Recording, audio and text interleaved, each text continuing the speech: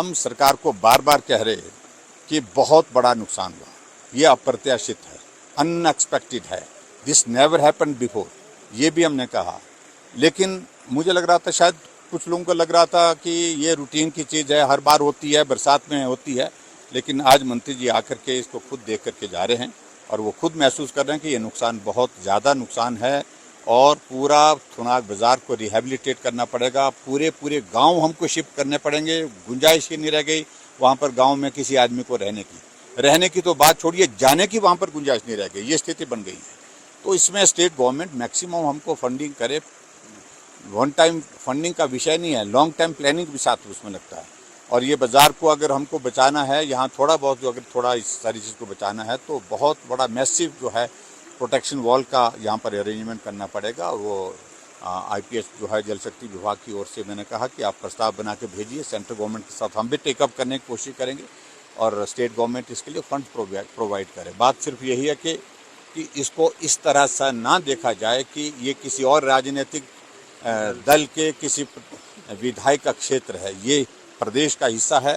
प्रदेश के हिस्से में तबाही हुई है, थुनाग में, हमारे जंजैहली में, हमारी बाखली में, हमारे कुकड़ा में, पूरे इलाके में, लंबा थाच में, जरोड़ में, बक्सियाड़ में, शरण में, सब जगह तबाही हुई। तो इसको बहुत बड़े स्केल पर देखने की आवश्यकता है और मैं उम्मीद करता हूँ, क्योंकि अभी मैं उम्मीद ही बोल सकता हूँ कि इसको स्पेशल अटेंशन स्टेट गवर्नमेंट की ओर से मिलेगी। मैं कुछ स्थानीय लोगों से बात कर रहा था, यहाँ रिजेंटमेंट भी है, कुछ लोगों ने जो है नाले के बिल्कुल पास घर बनाए हैं, वो भी एक बड़ा मामला है। चलो उस पर अब जाने की आवश्यकता नहीं, अब जो हो गया सो हो गया। अब आगे के लिए मुझे लगता है कि सारी चीज़ का ध्यान में रखना चाहिए। और मैंने भी थुनाग के सब साथियों के साथ, बाकी लोगों के साथ भी एक ही निवेदन किया कि हर बार हम बनाते रहेंगे, हर बार घर टूटता रहेगा, ज़िंदगी इसी में निकल जाएगी। इसलिए सुरक्षित स्थान घर के लिए जहाँ हो सकता है, जहाँ मिल सकता है, अगर सरकार उपलब्ध कराए ज़मीन तो वो भी हो सकता है, अगर किसी के पास मलकियत ज़मीन है तो वहाँ पर भी हो सकता है, लेकिन सुरक्षित होना बहुत आवश्यक है। सर, आज जो है छठा दिन है आपदा का, क्या कहेंगे प्रशासनिक अधिकारियों को? क्या मंत्री के बिना आना संभव नहीं था? नहीं, देखिए, मैं इस बात को लेकर के जरूर इतना कहना चाहूँगा कि ये गलत परंपरा है। 5 दिन बीतने के बाद छठा दिन आज आना चाहिए था। 1-2 अधिकारियों के इस पे छोड़ दिया गया और हाँ, SDM है नहीं, तहसीलदार के पास छोड़ा है। वो अपनी ओर से जितने प्रयत्न कर सकते हैं वो कर रहे हैं।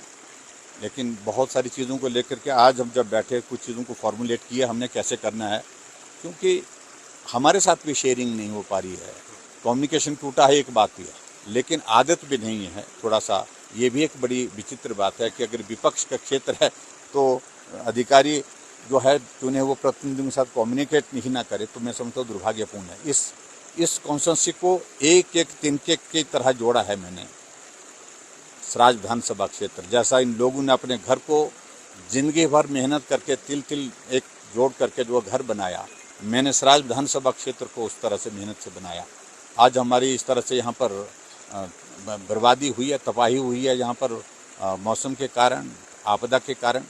ऐसे में मुझे लगता है कि जनप्रतिनिधि को कॉन्फिडेंस में लेना बहुत आवश्यक है। उनके साथ शेयरिंग, क्या बेटर कर सकते हैं, क्या बेहतर कर सकते हैं, ये मैकेनिज्म बहुत ज़रूरी है।